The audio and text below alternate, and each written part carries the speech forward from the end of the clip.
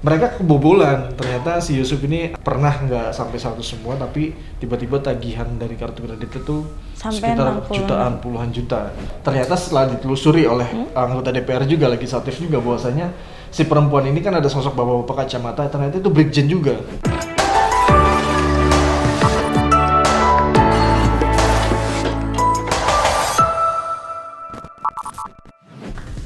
Oke, balik lagi bersama kami dalam reaction jpnn.com. Ada cerita di balik Berita. tentu saja sama gue Sergi Dan gue Dea. Beda dari JPNN nih. Siap. Apa kabar Bade? Alhamdulillah sehat. Oh, Apa ya. kabar Bang Sergi? Ya, berkat doanya semua sehat. Oke, berita kali ini kita akan nge-review apa aja sih? Spill dikit lah gitu. Oke, jadi salah satunya tuh ada cerita tentang Inul Daratista nih Bang Sergi. Ada pisah ranjang nih. Ada apa nih? Waduh, ini agak sensitif. Sensitif ya, tapi nanti kita Lalu, bahas. diantaranya ada apa lagi? Terus ada lagi soal Ria Ricis sama Halilintar. Wah, Atta Halilintar. Top banget ya. Viewersnya. Viewersnya Oke, seru banget. selengkapnya hanya di reaction JPN. jpnn.com. Langsung aja nih berita kelima bakal dibaca langsung sama Bang Sergi. Oke. Gimana tuh Bang? Nah, headline-nya beritanya seperti ini. Inul Daratista dan suami pisah ranjang. Penyebabnya sangat mengejutkan. Oke. Jadi Inul Daratista ini dalam berita ini pernah menceritakan, bukan berarti sekarang ya. Iya. Tapi dalam headline beritanya ini Inul Daratista pernah pisah ranjang bersama suaminya itu Mas Adam. Mas Adam. Ya, yang sangat karakter dia Mas Adam, ya, Baplang gitu. Nah, ceritanya kenapa sih masalahnya kok bisa pisah ranjang, padahal kan kita lihat di media tuh mereka berdua tuh sangat serasi dan tidak ada pernah marah-marah ya. Betul. Tahu nggak penyebabnya apa? Kenapa tuh Bang Sergi? Makanya baca. Makanya ada reaction kita untuk merangkum viral berita-berita yang viral yang populer. Nah, kenapa Inul Daratista dan suaminya Mas Adam itu pisah ranjang? Mengejutkannya adalah karena ulah anak pertamanya atau anak sematawayangnya, yaitu namanya Yusuf. Ya.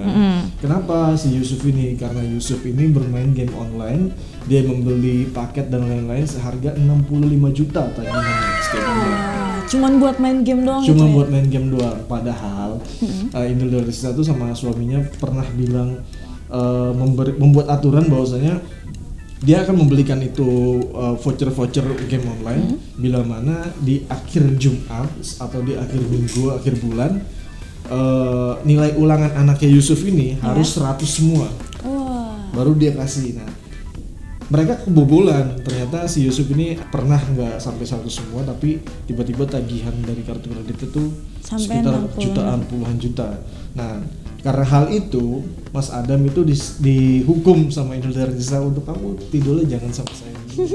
Saya pusing ngurusin ini, tapi cuma 2 hari. Iya. Setelah itu fan-fan aja. Ceritanya seperti itu sih. Oke.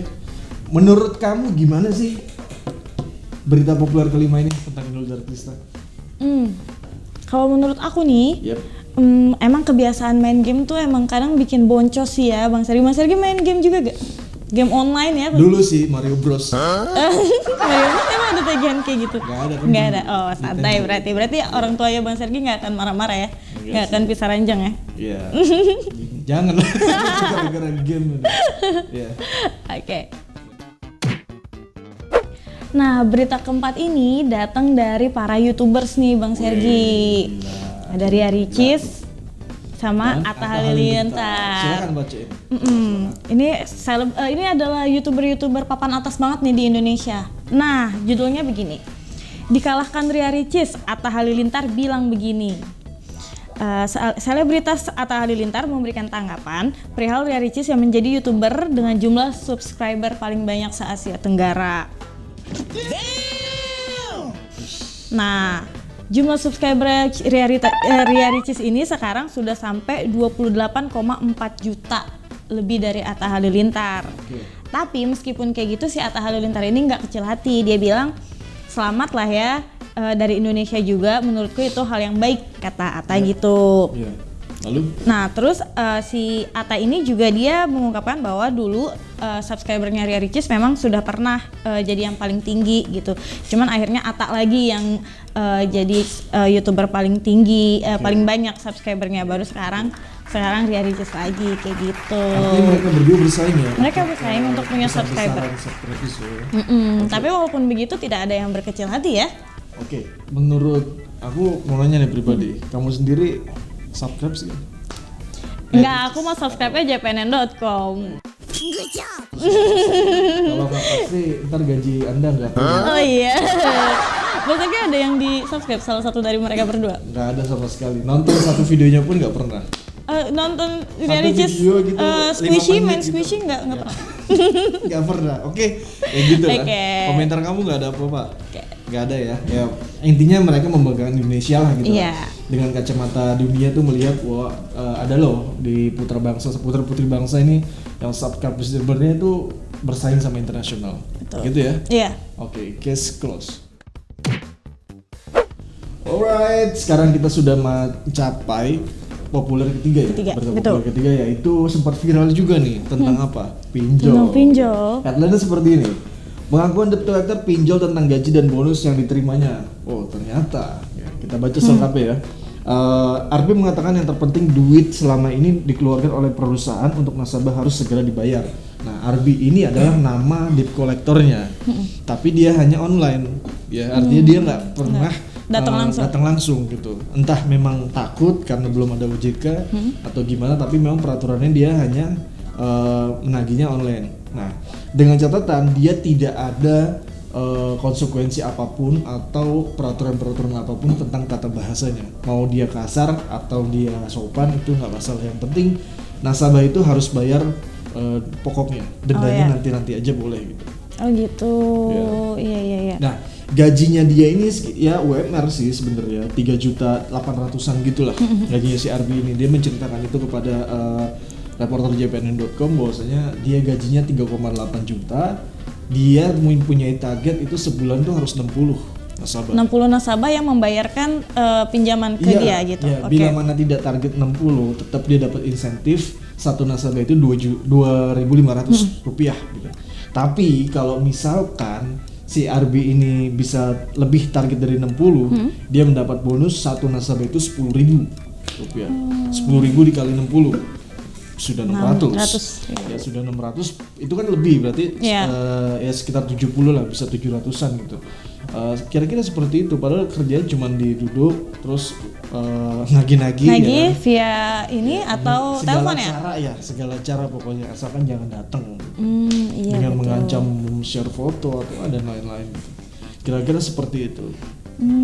Iya betul. Pinjol ini sangat ini ya, sangat meresahkan sebenarnya gitu. Iya. Karena banyak banget orang-orang yang mereka kalau kepepet itu mencari solusinya ke pinjol, padahal pada akhirnya jadi tekanan buat mereka sendiri ya nggak sih? Padahal konsekuensi atau peminjaman uang itu harus tetap dibayar. Betul. Tapi kalau jangan masalah keuangan jadi pinjol, lebih baik ke keluarga gitu kan? Iya betul. Ya, ke keluarga atau ke keluarga, teman kerja ya kan, teman sejawat. Gitu ya kira-kira ya? Iya Bang Sergi. Okay. Let's close. Aduh, dia kita nggak berasa nih sudah sampai populer keempat nih ya. Saya sih pengennya lama-lama sama dia. 1 jam, 2 jam, 3 jam gitu. Iya. Populer kedua. Maksudnya populer keempat itu dari dibalik gitu. Oh iya. Ya gitu. Yang populer kedua tiba-tiba udah seperti itu aja kan. Ada apa tuh di populer kedua Mas Sergi? Headline-nya seperti ini. Legend Purnawirawan ungkap sosok wanita memaki mamanya Arteria Dahlan ada Brigjen.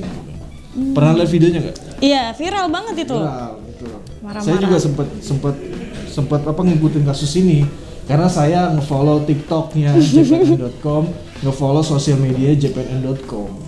Gitu. Jadi ada rangkuman berita, headline berita tuh yang populer ada di sosial media. Jadi kita update lah ya. Ya, kebetulan ada video ini gitu di TikTok dan saya lihat memang bahasanya tuh agak kasar ya si perempuan ini ya, wanita ini kepada sosok ibunda dari Arteria Dahlan nih, komisi 3 DPR. Nah, kemudian ternyata setelah ditelusuri oleh anggota DPR juga legislatif juga bahwasanya si perempuan ini kan ada sosok bapak-bapak kacamata, ternyata itu Brigjen juga. Oh, Oke. Ya, Brigjen juga. Dan bapaknya si perempuan ini sudah dipindahkan ke BIN. Oh iya. Tapi yang menjadi salah adalah dia tetap memaki-maki orang tua.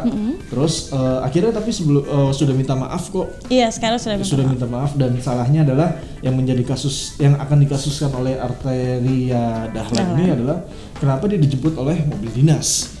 Dan ada apa itu Brigjen? Ada hubungan apa sama Brigjen itu? Sama Brigjen itu, iya. Seperti itu. Ada komentar apa kira-kira? Nih ada pembaca JPNN nih, pembaca setia yang dia mengomentari berita ini. Oke. Namanya Kasawa, katanya gini. Jangan keluar dari pokok masalah, ini sebenarnya buat pembelajaran bagi yang punya keluarga jenderal juga, jangan sok. Kalau salah harus minta maaf, semoga masih bisa selesai secara damai, katanya gitu. Oke, keren. Ya mudah-mudahan bisa terselesaikan dengan damai lah ya setelah ini. Amin. Ya ini jenderal beneran. Kalau jenderal kancil nggak berani seperti itu. Ya, oke. Sekarang kita udah mencapai berita paling populer di JPNN.com. Paling puncak minggu ini. Paling populer minggu ini. Silakan bacakan. Beritanya seru banget. Ini judulnya gini. Heboh. Seruan jihad lawan Densus 88 anti teror. Novel Bamukmin beri komentar begini. Judulnya aja udah heboh kan? Kontroversi. Kontroversi. Nah, isinya gini. Novel Bamukmin, Wasekjen PA 212, dia mengomentari viralnya seruan jihad untuk melawan Densus 88 anti teror. Katanya seruan ini muncul karena umat Islam sakit hati saat Densus 88 ini menangkap para ulama gitu.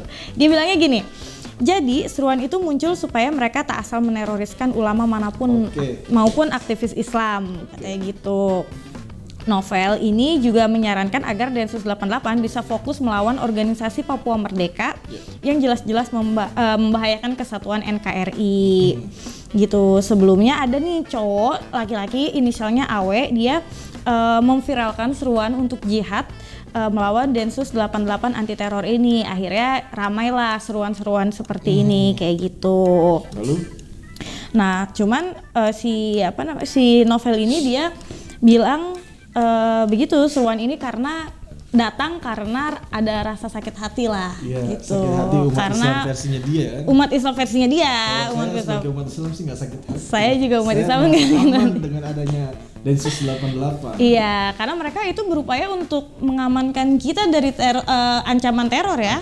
Ancaman teror. Yang berbau atau berbaulut dengan agama, yaitu agama cuma satu, Islam. Anehnya memang nggak ada agama lain gitu. Kenapa Islam terus gitu? Tapi saya nggak sakit hati. Gitu. Saya juga nggak sakit hati. Nah, Anda Novel Bamukmin harus berpikir kata-katanya. Iya, betul. Ada komentar nih seru dari Mbak Denta. Kalau ulama yang benar tidak mengajak umat Islam untuk membunuh, tidak mengajak umat Islam di jalan tidak benar. Ya iyalah. Berarti teroris tersebut bukan agama, nggak punya agama. Karena kalau agama Islam, agama Hindu, agama Kristen, agama Konghucu sekalipun itu mengajarkan perdamaian, anti pembunuhan, ya kan? Betul. Berarti kalau teroris ini berarti dia nggak punya agama. Alas, cukup seperti itu. Betul. Oke. Akhirnya kita sudah sampai di puncak berita tadi yang kelima. Kita sudah berita paling populer. Yang paling kamu suka yang mana nih dari 5 berita? Yang paling aku suka itu berita soal Ria Ricis sama Atta Halilintar yang berkompetisi buat dapat subscriber paling banyak. Itu membanggakan buat para content creator di Indonesia ya. Tipikal milenial kamu ya, Dea? Iya dong. Oke, terima kasih ya buat viewers sudah setia melihat kita dari berita kelima sampai berita terakhir. Bila mana kami punya salah mohon dimaafkan. Terus support reactionjpnn.com, komen, like, share ke teman-teman, jangan lupa subscribe jpnn.com juga. Oke, nyalain loncengnya. Kalau belum jangan hanya subscribe ke YouTube-nya, tapi juga sosial media JPNN juga perlu ya. Iya, ada Facebook, Twitter, Instagram, semuanya silakan di-follow. Minimal kalau malas membaca, lihat sosial medianya jpnn.com. Itu kita sudah memberikan pencerahan berita terupdate, terpopuler dan valid, solid juga. Anti hoax. Iya dong. Oke? Iya. Kami pamit. Gue Sergi. Gue Ada, sampai ketemu lagi minggu depan. Bye.